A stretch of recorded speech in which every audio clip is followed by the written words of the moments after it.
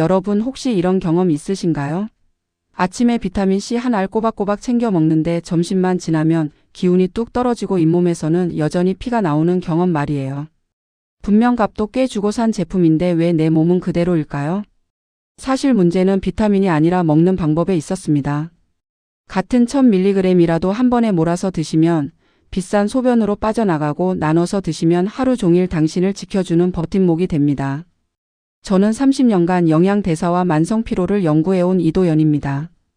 수많은 분들이 똑같은 실수를 반복하시는 걸 봐왔어요. 빈속에 한꺼번에 털어넣고 왜 효과가 없냐고 물으시죠. 오늘 이 영상 끝까지 보시면 단 일주일 만에 몸이 달라지는 경험을 하실 겁니다. 구독과 좋아요를 눌러주시면 영상 끝에 당신의 일과에 딱 맞는 복용 시간표까지 알려드리겠습니다. 지금 당장 시계를 바꾸십시오. 당신의 피로는 운명이 아니라 타이밍의 문제였습니다. 댓글로 지금 비타민C를 하루에 몇 번 드시는지 알려주세요. 잠깐만요. 영상을 끄시면 안 됩니다. 지금부터 제가 말씀드릴 내용 하나만 놓치셔도 여러분이 지금까지 먹었던 비타민이 전부 헛수고가 될 수 있어요. 특히 위가 약하신 분들, 오후만 되면 졸음이 쏟아지는 분들은 반드시 들으셔야 합니다. 이 비밀을 아는 순간 당신의 하루가 완전히 바뀝니다. 계속 들어주세요. 얼마 전 상담실에서 만난 62세 박영수님 이야기를 들려드릴게요. 이분은 매일 아침 일어나자마자 비타민C 1000mg을 물과 함께 드셨어요. 건강 프로그램에서 비타민C가 좋다고 해서 꼬박꼬박 챙겨 드신 지 벌써 6개월이 넘었죠. 그런데 이상했어요. 점심만 지나면 기운이 뚝 떨어지고 오후 3시만 되면 눈꺼풀이 무거워졌어요. 양치할 때는 여전히 잇몸에서 피가 나왔고 팔다리에 멍도 자주 들었습니다. 박영수님은 이렇게 말씀하셨어요. 선생님, 나이가 나이니까 어쩔 수 없는 거 아닐까요? 제가 진료실에서 가장 많이 듣는 말입니다. 많은 분들이 영양제를 양으로 해결하려고 하세요. 한 번에 왕컵처럼 털어놓고 오늘도 했다고 체크하시죠. 그런데 여기에 함정이 있습니다. 비타민C는 수용성 비타민이에요. 우리 몸의 저장고가 아주 작습니다. 한꺼번에 많이 드시면 혈중 농도가 확 올라갔다가 2시간에서 3시간 만에 소변으로 빠져나가 버려요. 아침에 높아진 피크는 금세 떨어지고 오후와 저녁에 몸은 텅 빈 창고처럼 버티지 못하는 겁니다. 게다가 빈속에 드시면 어떻게 될까요? 속이 예민한 분들은 속쓰림까지 겹칩니다. 그래서 비타민은 비싼 소변이라는 냉소가 나오는 거예요. 사실 문제는 제품이 아니라 루틴에 있었던 겁니다. 저는 박영수님께 이렇게 제안했어요. 하루 총량은 그대로 유지하되 아침, 점심, 저녁 식사 직후에 300mg에서 500mg씩 나눠 드시라고요. 위가 예민하신 분이라 중성 제형으로 바꿔드렸고 오전 카페인도 줄이도록 했습니다. 일주일 뒤 박영수님이 다시 오셨어요. 표정이 완전히 달라져 있었습니다. 선생님, 오후 3시만 되면 졸리던 게 확실히 덜해요. 양치할 때 피도 줄었고요. 같은 총량인데도 체감은 완전히 바뀐 거죠. 이유는 간단합니다. 체내 농도의 지속성이 확보됐기 때문이에요. 우리 몸은 순간 고점보다 일정한 공급에 훨씬 더 잘 반응합니다.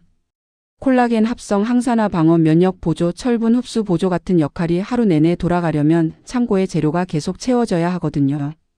혹시 아직 구독과 좋아요를 누르지 않으셨다면 지금 바로 눌러주세요.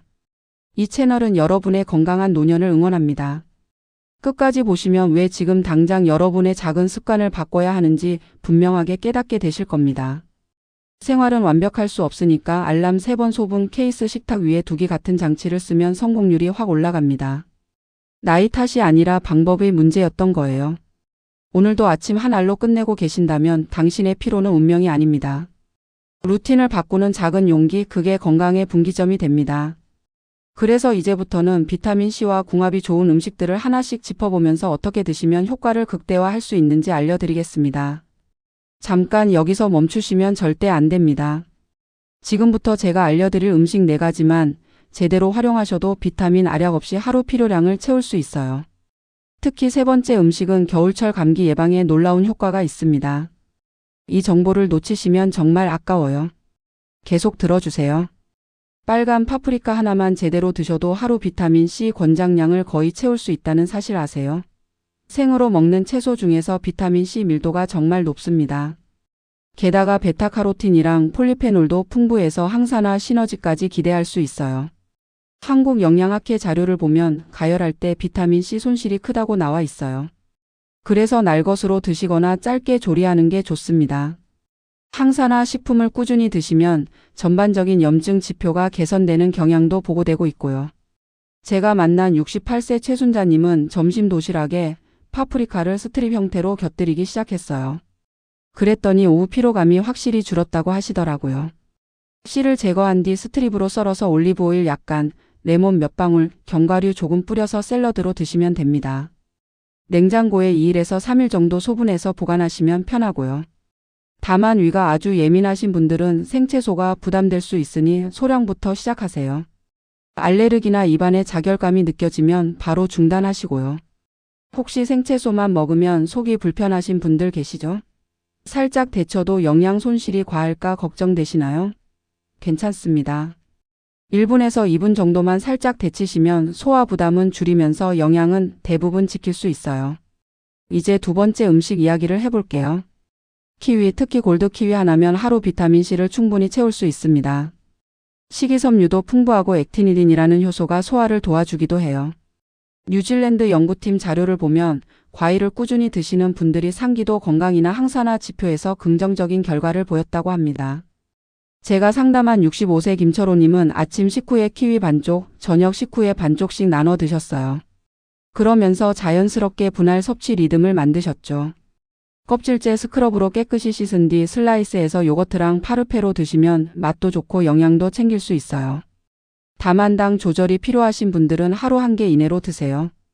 라텍스 알레르기가 있으신 분들은 키위랑 교차 반응이 있을 수 있으니 주의하시고 입안이 따가우면 양을 줄이세요.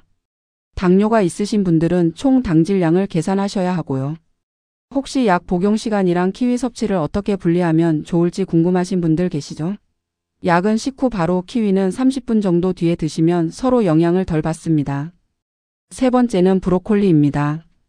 비타민C는 물론이고 설포라판, 전구체인, 글루코라파닌, 엽산까지 들어있어서 해독이랑 항산화 루틴에 정말 좋아요. 미국 농무부 연구 결과를 보면 찌는 방식이 끓이는 것보다 비타민C 보존에 훨씬 유리하다고 나와 있습니다. 제가 만난 70세 이영희님은 일주일에 3번 스팀 브로콜리를 도시락 반찬으로 넣으셨는데 변비랑 피로가 확실히 개선됐다고 하시더라고요. 1분에서 2분 정도만 스팀으로 쪄서 바로 얼음물에 담가 쇼크를 주면 색깔이랑 식감이 살아납니다. 올리브오일 약간, 소금 조금, 레몬 몇 방울만 뿌려도 맛있어요. 갑상선 질환이 있으신 분들은 생으로 과도하게 드시는 건 피하시고 적당량을 가열해서 드세요. 혹시 전자레인지 스팀이랑 냄비 스팀 중에 어느 쪽이 영양 보존에 더 유리한지 궁금하신 분들 계시죠? 사실 큰 차이는 없지만 전자레인지가 시간이 짧아서 조금 더 유리할 수 있어요. 마지막으로 유자 이야기를 해볼게요.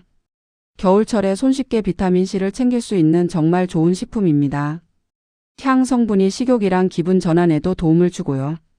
일본 연구팀 자료를 보면 감귤류를 꾸준히 드시는 분들이 플라보노이드 공급과 함께 항산화 지표가 개선되는 경향을 보였다고 합니다. 제가 상담한 72세 정미숙님은 감기철에 유자차를 식후에 소량씩 마시면서 알약 없이도 루틴을 유지하셨어요. 다만 유자청은 설탕 함량이 높으니까 티스푼으로 1스푼, 그러니까 5g 정도만 따뜻한 물에 타서 식후에 드세요. 생유자를 슬라이스해서 냉동해 두면 수분 보충할 때 넣어 드실 수 있고요. 당뇨나 체중 조절 중이신 분들은 청 대신 생유자나 레몬으로 대체하시는 게 좋습니다. 치아가 시린 분들은 음용 후에 물로 입을 헹구세요. 혹시 감귤류 산도가 위에 부담을 주시는 분들 계시죠? 그럴 땐 파프리카나 브로콜리처럼 산도가 낮은 채소로 대체하시면 됩니다. 이렇게 4가지 음식만 제대로 활용하셔도 비타민C를 자연스럽게 채울 수 있어요. 그런데 여기서 끝이 아닙니다. 이제부터는 복용 루틴을 어떻게 설계해야 하는지, 제형은 어떻게 선택해야 하는지 실전 전략을 알려드리겠습니다. 잠깐만요. 여기서 영상을 끄시면 정말 후회하실 겁니다. 지금부터 말씀드릴 5가지 전략만 제대로 실천하셔도 같은 돈으로 효과는 2배가 됩니다. 특히 4번째 전략은 위가 약한 분들에게 꼭 필요한 내용이에요. 이걸 모르고 계속 드시면 속만 상하고 효과는 제로입니다. 절대 놓치지 마세요. 먼저 분할 복용 루틴을 어떻게 설계하느냐가 정말 중요합니다. 체내 농도는 순간 고점보다 면적, 그러니까 지속 시간이 훨씬 중요해요. 하루 1000mg을 한 번에 드시는 것보다 300mg에서 500mg씩 두 번에서 세 번 나눠 드시는 게 현실적이고 효과적입니다. 위염이나 역류성 식도염이 있으신 분들은 반드시 식후에 드세요. 저녁 늦게 과량으로 드시면 속이 불편하고 수면을 방해할 수도 있어요. 식사 직후에 알람을 3개 맞춰 놓으시고 소분 케이스를 식탁, 가방, 사무실에 각각 배치해 두세요. 카페인 섭취는 비타민 복용 전후로 1시간 정도 분리하시는 게 좋습니다. 혹시 일주일에 2번 정도는 식사가 불규칙하신 분들 계시죠? 그럴 땐 간단한 바나나나 요거트라도 드신 후에 복용하시면 됩니다.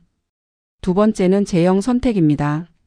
일반형은 가성비가 좋고 중성형은 위 자극을 줄여주고 지연 방출이나 리포좀 제형은 편의성이랑 지속성에서 장점이 있어요. 신장 결석 위험이 있거나 요산 수치가 높으신 분들은 고용량을 장기간 드시기 전에 꼭 전문가와 상담하세요. 예산, 위장 상태, 복용 빈도, 선호도를 체크리스트로 만들어서 결정하시고 처음 2주 정도는 시험 삼아 드시면서 체감에 맞춰 조정하시면 됩니다. 혹시 중성형이랑 지연 방출을 섞었으면 분할 횟수를 줄여도 되는지 궁금하신 분들 계시죠? 가능은 하지만 처음엔 각각 따로 써보시면서 어떤 게 몸에 맞는지 확인하시는 게 안전합니다. 세 번째는 영양궁합과 시너지예요. 비타민C는 비엠철 흡수를 도와주고 콜라겐 합성의 효소 보조 인자로 작동합니다. 폴리페놀이랑 함께 드시면 항산화 네트워크가 더 강화되고요. 다만 철분제랑 칼슘제는 흡수 경쟁이 있을 수 있으니 같은 시간대에 동시 복용은 피하세요. 철분은 공복이나 비타민C랑 함께 별도 시간에 드시고 콜라겐 파우더는 저녁 식후에 비타민C랑 병행하시면 좋습니다. 현실적으로 아침 저녁만 관리하실 수 있는 분들은 아침엔 철분 플러스 비타민C, 저녁엔 콜라겐 플러스 비타민C 조합이 최적입니다.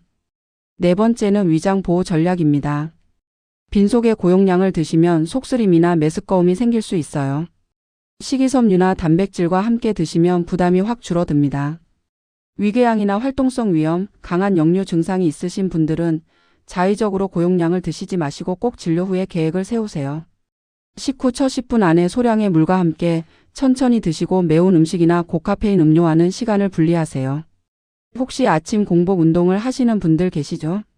그럴 땐 운동 전에 바나나 반 개나 요거트 1컵 정도 드신 후에 비타민을 복용하시고 운동하시면 됩니다. 다섯 번째는 생활 루틴과 환경 조정입니다. 항산화랑 회복은 수면 시간에 극대화돼요. 카페인을 과다하게 드시면 비타민C 대사가 빨라질 수 있고요. 오후 늦은 카페인은 수면의 질을 해치고 체감 효능을 떨어뜨립니다. 카페인은 오후 2시 이전에 끊으시고 하루 수분은 1.5리터에서 2리터 정도 드세요. 저녁엔 가벼운 단백질과 비타민C를 식후에 드시면서 회복 루틴을 완성하시면 됩니다. 직장 회식이나 야근이 겹치는 날엔 어떻게 하느냐고요? 최소한 저녁 식사 후 비타민C 1번, 자기 전 물 1잔은 꼭 지키세요. 이게 세이프티 넷입니다. 이 5가지만 제대로 실천하셔도 같은 비타민으로 완전히 다른 결과를 경험하실 겁니다. 이제 마지막으로 오늘 내용을 정리하면서 당장 실천할 수 있는 단 하나의 제안을 드리겠습니다. 잠깐 아직 영상을 끄시면 안 됩니다.